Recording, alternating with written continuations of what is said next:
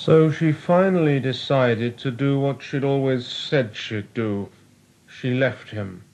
Slam went the door with a deafening, mighty wham, but scarcely had the landing and the top of the banisters been cleared than she stopped in her tracks and paced back very sprightly, opened the door of his seedy flat, the same old tatty, sordid scene, number 18 Wormwood Scrubs Terrace. It had all looked so different by candlelight. Romantic glows conceal cobwebs and grime, so too the tinged, dog-eared papering passed unrecorded. It was the night so many moons before when they met. "I'm your host, Mike Randall. I'm Pauline Dave, friend of Jack Huntley." From that moment, Mike got to work fast. "Up from the country, are you, dear? I expect you'll find London quite bewildering. You'll soon get with the swinging city scene. Have some wine, dear, red or white. Help yourself to all you fancy on the buffet. Bill, could you pass that platter? Edam, cheddar? No one who's been to a party of mine leaves hungry, believe you me. Care for a little dance in a minute?" "A dance? Oh dear," she thought, all in a stew.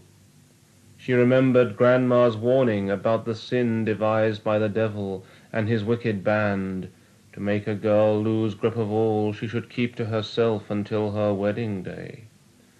"Try some of this, dear. Just a sip." Mike had a shrewd idea where things were heading. Soon they were reeling to the disco sound.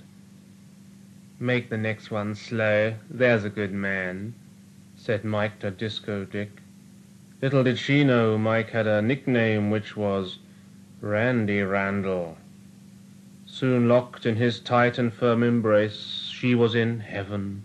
Such sweet nothings did he bandy, whispering his banter into her receptive ears. While she was dreaming of a cottage and tiny tots, he was figuring where he'd left those darned dyspeptic pills. "You're so different from the others one meets. You so remind me of the one girl I truly loved. Leukemia, you know." Oh, how the tears did flow! Muffling his sobs, his face he buried in her flaxen locks.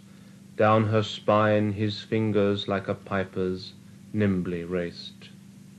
"Why don't we two meet tomorrow for a tete-a-tete?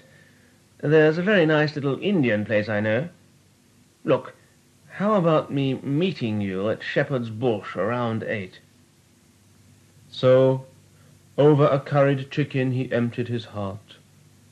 While they were waiting for the sweet, he clasped her hand. "So like her," he sighed. She gave a little start, yet her hand remained in his. Coming on nicely, Randall thought. "Let's get back to my place for coffee. Waiter, the bill." "It's rather late," said Pauline. "I'd better get back home." "The night is young," said Mike. "Let's live and have our fill." "Oh, just for half an hour then, but not a minute more." "I've got a new LP, just your style. I'll play one side," said Mike, his eyes twinkling as he opened the front door.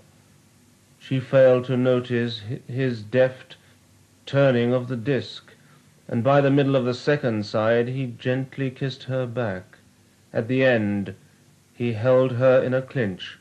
Yes, his style was brisk. Now with fully opened eyes she spied that same sofa, and a tear now trickled down her rosy cheek. Then she looked down on the floor. She sighed. It was there in that vicinity she lost what Granny had warned her about not lightly letting go. "There's none so blind as them that will not see." Then their trial marriage as he so aptly termed it. Soon the sweet nothings turned so strangely sour. To be at his beck and call she enjoyed the dubious privilege. What was it first gave the lie? The smug assumption that she was somehow in his eternal debt, or his habits, his forgetting to clean the wash-basin and pull the chain, his toe-clippings on the sofa, his snoring, his moods, his long reads of the Sunday paper at breakfast that made it oh so clear that she was bloody boring. But even after she'd found him out, she still lacked the will to make a break. Habits, good or bad, like iron bands, compel. It seemed she would accept her thraldom as a fact of life, till she decided to eat out one night on her own. In fact, she went to that tandoori place in Shepherd's Bush. While waiting for the menu, she heard a not unfamiliar drone. "You're so different from the other girls one meets. You so remind me of the first girl I truly loved. Leukemia, you know." Oh, how the tears did flow. So she finally decided to do what she'd always said she'd do. She left him. Slam went the door with a deafening mighty wham. Surprised at her own strength, she left, never to turn back. A virgin, maybe not, but very much the wiser.